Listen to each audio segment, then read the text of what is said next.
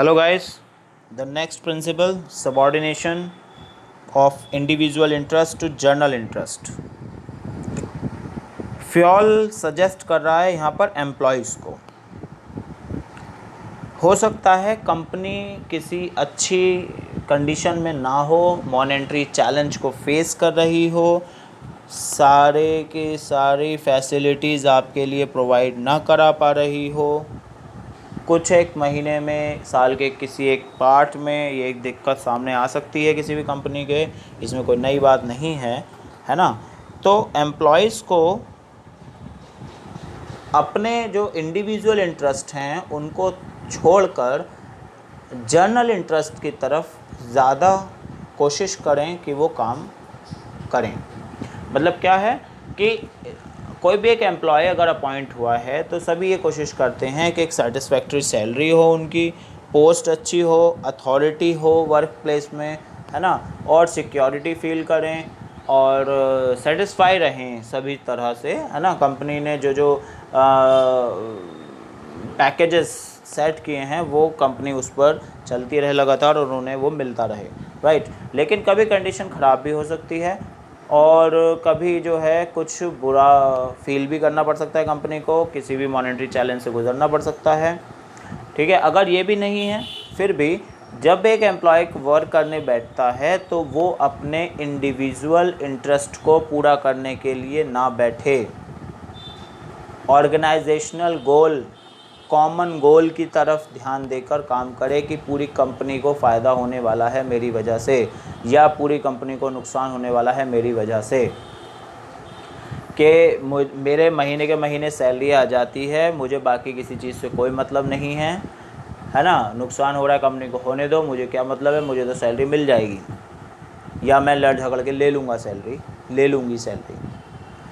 अगर ऐसी किसी एम्प्लॉय की सोच हो जाती है तो मैनेजर को उसको या जो एचआर है उसको 100% बाहर निकाल देना चाहिए, क्योंकि ऐसी सोच वाला इंसान जो अगर हो गया है तो वो काम नहीं कर सकता जो सिर्फ सैलरी के लिए आ रहा है ना। अपनी पोस्ट के लिए आ रहा है तब भी शायद वो सिक्योर करने के लिए काम करेगा कि मुझे वरना तो जो है डिफेम होना पड़ेगा, डिग्रेड हो जाना पड़ेगा और मेरी जो पोस्ट है वो नीचे खिसक सकती है, मुझे प्रमोशन नहीं मिलेगा। ये जो सेंटिमेंट्स होते हैं ना, इनके लिए काम कर सकता है आदमी। अगर वो सिर्फ सैलरी के लिए पे आ गया तो उसे हटा देना सबसे एक आसान रास्ता बचता है या आखिरी रास्ता बचता है। तो फ्योल यहाँ पे यही सजेस्ट कर रहा है कि एम्प्लॉयज़ के लिए सजेशन है ये जो प्रिंसिपल फॉलो होना चाहिए कंपनी में। तो जो इंडिविजुअल इंटरेस्ट हैं वो जनरल इंटरेस्ट की तरफ जाएं, कॉमन इंटरेस्ट की तरफ जाएं, सबको एक साथ लेके चलने वाली बात हो, है ना। एक ग्रुप आपने असाइन किया है तो उसके सारे जो मेंबर्स हैं वो अपने ग्रुप के लिए काम कर रहे हों, इंडिविजुअल काम ना कर रहे हों, वो कहीं अकेले नहीं खड़े हैं। अगर वो ऐसा सोचते भी हैं तो वो बेवकूफ़ हैं।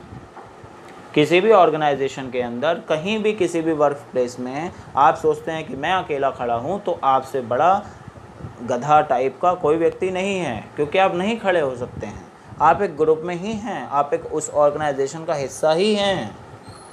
तो हर एक एम्प्लॉय को ये एक एडवाइस दिया जाता है कि आप इंडिविजुअल इंटरेस्ट तो अपने जेब में रखें, ठीक है, वो होता रहेगा, लेकिन जनरल इंटरेस्ट की तरफ चलें। अगर कॉमन गोल अचीव होता है तो आपका इंडिविजुअल तो अपने आप ही अचीव हो जाता है। बात समझ में आ गई? तो अगर फ्योल के सजेशन को हम पढ़ें तो according to this principle suggested by Fayol, group interest और organisation interest should be given priority over that of individual ones. Priority किसको देनी है? ग्रुप।